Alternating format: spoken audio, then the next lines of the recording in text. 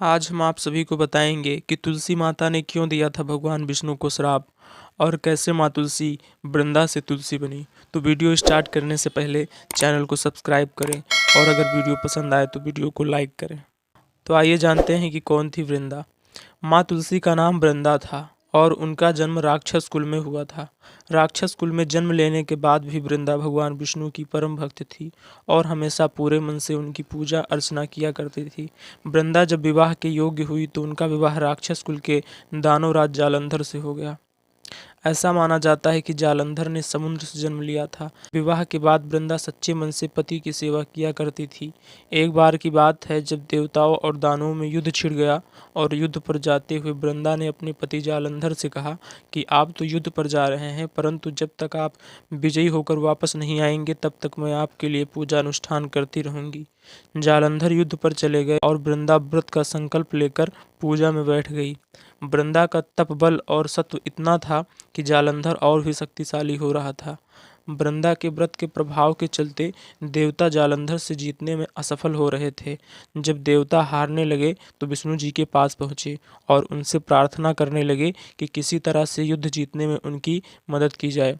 भगवान विष्णु सोच में पड़ गए क्योंकि उन्हें समझ में नहीं आ रहा था कि उनकी परम भक्त वृंदा को कैसे रोका जाए। सोच विचार करने के बाद भगवान विष्णु ने वृंदा की पूजा में विघ्न डालने के लिए वृंदा के पति जालंधर का वेश धारण कर लिया। भगवान विष्णु जालंधर के रूप में वृंदा के महल में गए।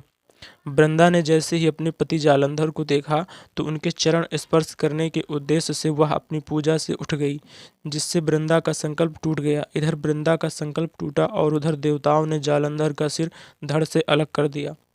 जब भगवान विष्णु के छल के बारे में वृंदा को पता चला तो पहले तो वह जालंधर का कटा हुआ सर लेकर बहुत रोई, परंतु सती होने से पहले वृंदा ने विष्णु जी को शिला यानी पाषाण बनने का श्राप दे दिया।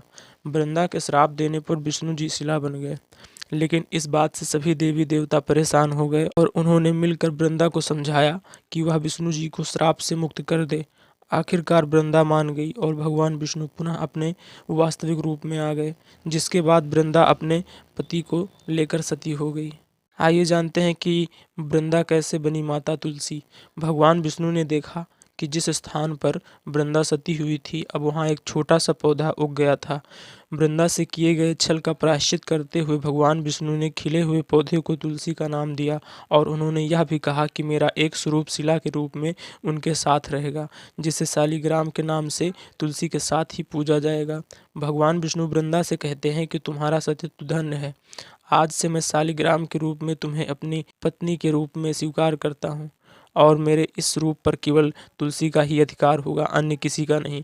विष्णु जी ने यह भी कहा कि देवी तुलसी की पूजा के बिना मैं कोई भी भोग स्वीकार नहीं करूंगा और तब से भगवान विष्णु को जो भी भोग अर्पण किया जाता है उसमें तुलसी दल का होना आवश्यक माना जाता है। तब से तुलसी जी के साथ शिला के रूप में भगवान विष्णु के शालिग्राम रूप को भी पूजा जाता है। कार्तिक मास में तुलसी जी के साथ शालिग्राम जी का विवाह किया जाता है तथा एकादशी के दिन इसे तुलसी विवाह के पर्व में मनाया जाता है। तो आशा करते हैं कि आपको ये वीडियो पसंद आया होगा। अगर वीडियो पसंद आया हो तो इसे ज़्यादा से ज़्यादा शेयर करें।